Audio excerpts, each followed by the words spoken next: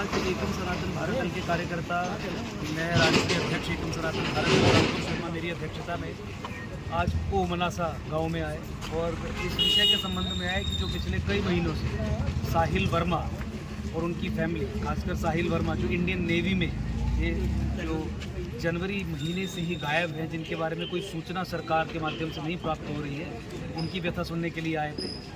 आज पूरे परिवार को हमने आश्वासन दिया कि राजनीतिक तरीके से, कानूनी तरीके से कानूनी सहायता प्रदान करके निःशुल्क हम सच्चाई की तह तक जाने का प्रयास करेंगे।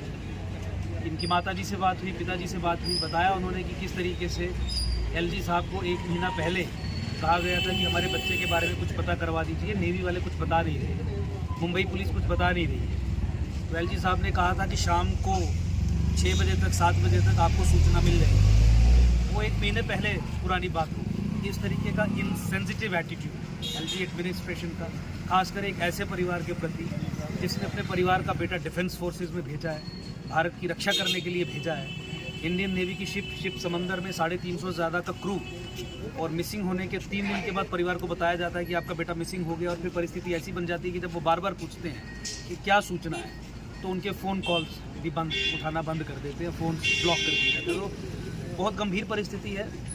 ना नेवी की तरफ से, ना एलजी एडमिनिस्ट्रेशन की तरफ से किसी भी तरीके की कोई सूचना प्रॉपर प्रोवाइड की जा रही है। तो आज उसी विषय में, खासकर जैसे हमने देखा कि बहुत सारे लोगों ने मिलकर इस बार इलेक्शन का भी बॉयकॉट किया था, उसके बाद यहाँ पे हमारा दौरा हुआ। पहले भी हमारे कार्यकर्ता फैमिली के साथ, सबके साथ संपर्क में थे, लेकिन अब ये फैमिली के साथ पूरे घर में बैठ के, और आप देख ही रहे हैं कोमनासा में सारा जो बाज़ार और सारे जो लोग हैं इकट्ठे हुए हैं, यही फैसला हुआ है कि अब जम्मू कश्मीर हाई कोर्ट के माध्यम से हम सच्चाई को जानने का प्रयास करेंगे।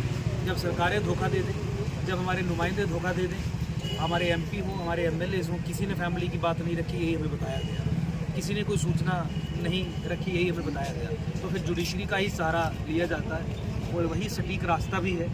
तो जुडिशरी के माध्यम से भी और अदरवाइज़ भी जागरूकता फैला के भी, सरकार पर दबाव बना के, मुझे लगता है कि हम सच्चाई की तह तक पहुँच पाएंगे और इस फैमिली को न्याय मिलेगा। अपने लोगों के साथ दुख की घड़ी में खड़े रहना, यही समाज का भी दायित्व होना चाहिए। और ख़ासकर वो लोग जो पब्लिक लाइफ में, राजनीति में या किसी भी तरीके से पब्लिक डोमेन में एक्टिव है, उनका भी ये जिम्मेवारी बनती है कि फैमिली के साथ खड़े हों। इस वीडियो के माध्यम से जो लोग मेरी आवाज़ सुन रहे हैं वो फैमिली की सपोर्ट में खड़े हो जाएं।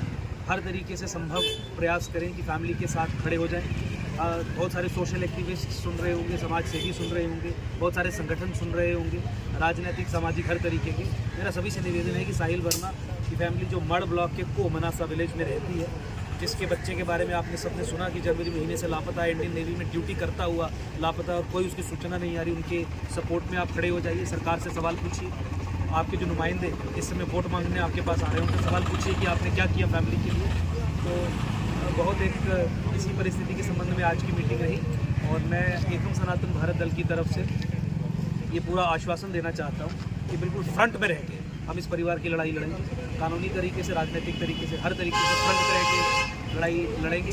बेशक इस समय इलेक्शन हो रहे हैं, 26 अप्रैल को मैं स्वयं इलेक्शन लड़ रहा हूँ, मानसूनी चुनाव चिन्ह पर इलेक्शन लड़ रहा हूँ, लेकिन उसके बावजूद भी समय निकाल के जो भी यथासंभव सहायता हो पाएगी परिवार की, वो हम करेंगे। कानून के माध्यम से जो एक्शन प्लान हमने बनाना था वो बना लिया है।